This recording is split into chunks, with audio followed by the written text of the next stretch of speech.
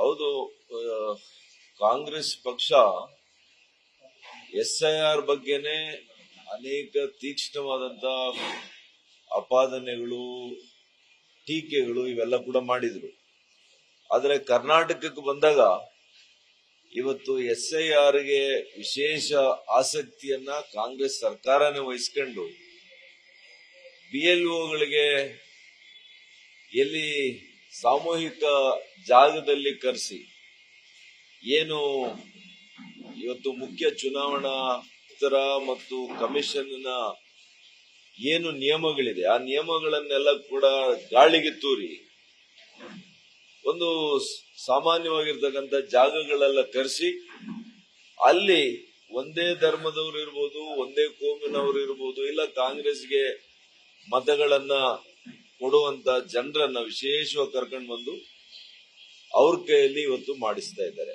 ಮತ್ತು ಎಲ್ಲ ಸಚಿವರು ಮತ್ತು ಎಲ್ಲ ಈ ಪಕ್ಷದಲ್ಲಿರ್ತಕ್ಕಂಥವ್ರು ಏನನ್ನ ಹೇಳಿದ್ದಾರೆ, ನೀವು ವೋಟರ್ ಐಡಿಯನ್ನ ವೋಟರ್ ಕಾರ್ಡ್ ಅನ್ನ ಇವತ್ತು ನೀವು ಮಾಡಿಸ್ಕೊಳ್ಳದೆ ಇದ್ರೆ ನಿಮಗೆ ಯಾವ ಗ್ಯಾರಂಟಿಯನ್ನು ಕೂಡ ಕೊಡೋದಿಲ್ಲ ಅನ್ನುವಂತ ಬೆದರಿಕೆಯನ್ನ ಕೂಡ ಹಾಕಿದ್ದಾರೆ.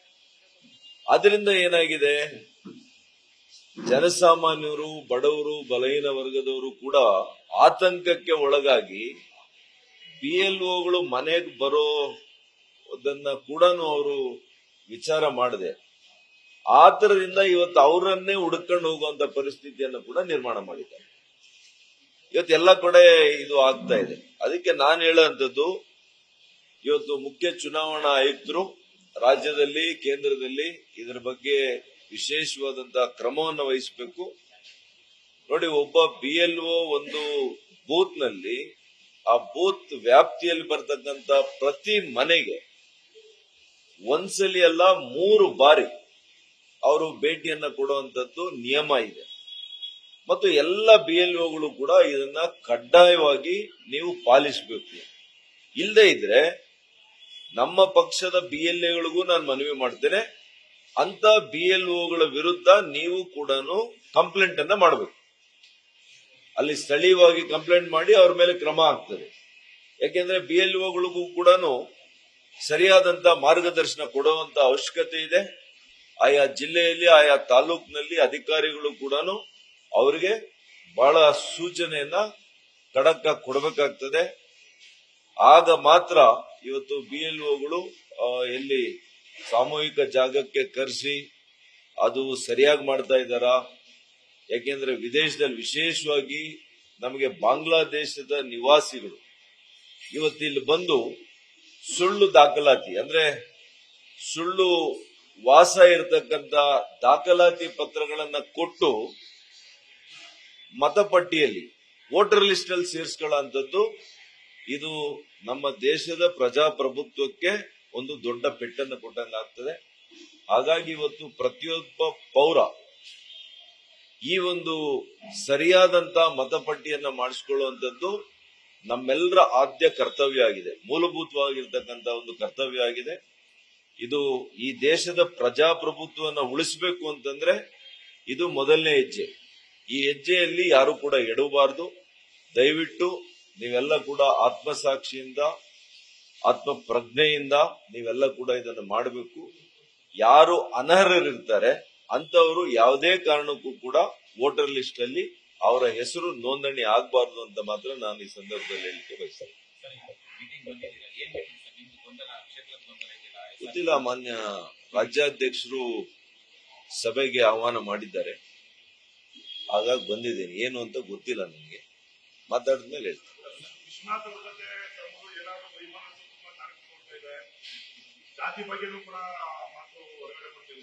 ನೋಡಿ ಅವರೇ, ನಾನು ಎಂದೂ ಕೂಡ ಜಾತಿ ಮಾಡಿದವನಲ್ಲ. ನಾನ್ ಬಂದಿರತಕ್ಕಂತ ಕ್ಷೇತ್ರನೇ ಮೊದಲಿಂದ ಕೂಡ ಅಹಿಂದ ಕ್ಷೇತ್ರ. ನಾನು ಒಂದು ಜಾತಿ ಪರ ಇದ್ದಿದ್ರೆ ನಾನು ಯಾವಾಗ್ಲೂ ಕೂಡ MLA ಆಗಲಿ ಸಾಧ್ಯನೇ ಆಗ್ತಾ ಇರ್ಲಿಲ್ಲ. ಕಾಂಗ್ರೆಸ್ ಅಲ್ಲೂ ಆಗಿದ್ದೇನೆ, ಬಿಜೆಪಿಯಲ್ಲಿ ಬಂದ ಮೇಲೂ ಕೂಡ ಆಗಿದ್ದೇನೆ. ಅಂತಂದ್ರೆ ನನಗೆ ಸಮ ಸಮಾಜದಲ್ಲಿ ನಂಬಿಕೆ, ಎಲ್ಲ ಜಾತಿಗಳ ಜನರ ಜೊತೆ ಇದ್ದಂತ ಸಂಬಂಧ ಮತ್ತು ಪ್ರೀತಿ ವಿಶ್ವಾಸದಿಂದ ನಾನು ಗೆದ್ದಿದ್ದೇನೆ. ಅದು ನನ್ನ ಜೀವನದಲ್ಲಿ ನಾನು ರಾಜಕಾರಣದಲ್ಲಿ ಇರೋವರೆಗೂ ಕೂಡ ನಮ್ಮ ಉಸಿರಿರೋವರೆಗೂ ಕೂಡ ಅದೇ ರೀತಿಯಲ್ಲಿ ನಾನು ನಡ್ಕೊಂಡು ಹೋಗುವಂತ ಒಂದು ಮನಸ್ಸು ನನಗಿರೋ ಅಂಥದ್ದು.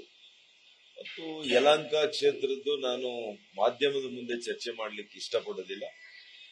ಬಹುಶಃ ಮಾನ್ಯ ರಾಜ್ಯಾಧ್ಯಕ್ಷರು ಇವತ್ತು ಕರೆದಿದ್ದಾರೆ, ಏನು ಮಾತನಾಡ್ತಾರೆ ಅಂತ ನಾನು ನೋಡ್ತೀನಿ, ಏನ್ ಸಭೆ ಆಗ್ತದೆ ಅಂತ ನೋಡ್ತೀನಿ.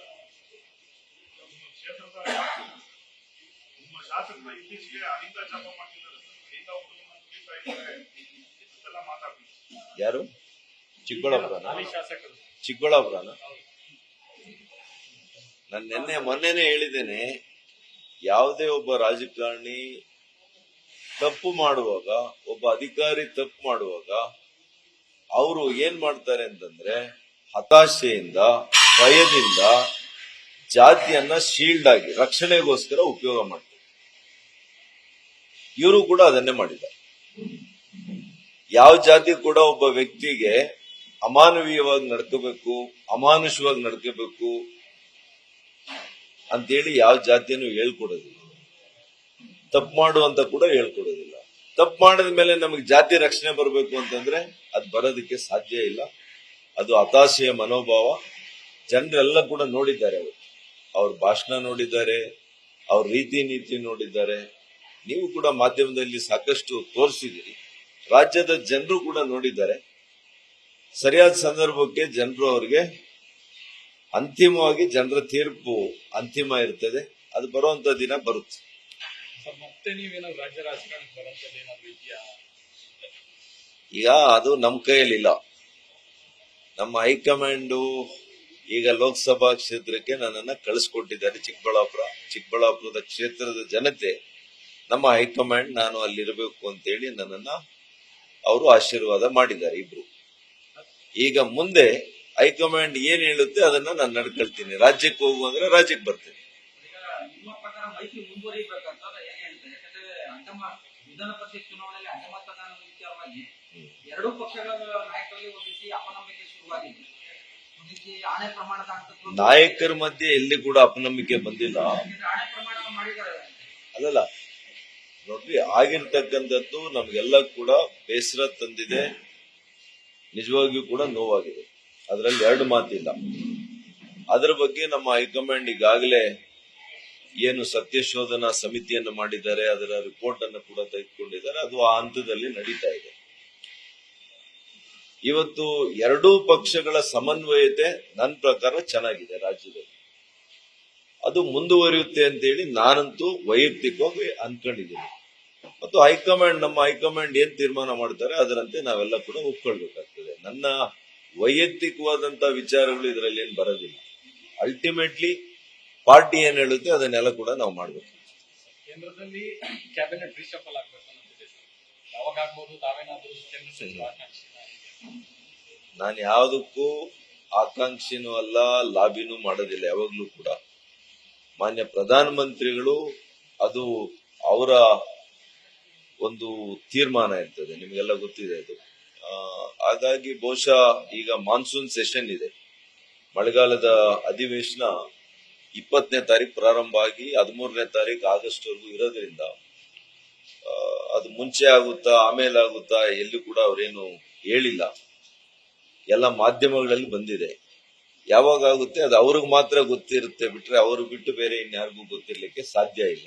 ಮತ್ತು ಅವರ ಪರಮೋಚ್ಚ ಅಧಿಕಾರ ಪ್ರಧಾನಮಂತ್ರಿಗಳ ಟೀಮ್ ಅಲ್ವಾ, ಅದು ಅವರ ಟೀಮ್ ಅನ್ನ ಅವರೇ ಆಯ್ಕೆ ಮಾಡ್ಬೇಕು.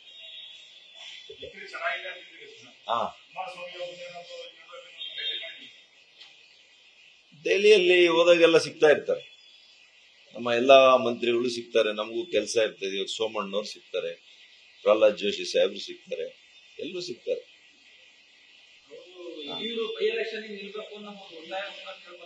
ಯಾರಿಗೆ ಗೊತ್ತಿಲ್ಲ, ನೀವು ಅವ್ರನ್ನ ಕೇಳ್ಬೇಕು, ನಂಗೆ ಗೊತ್ತಿಲ್ಲ.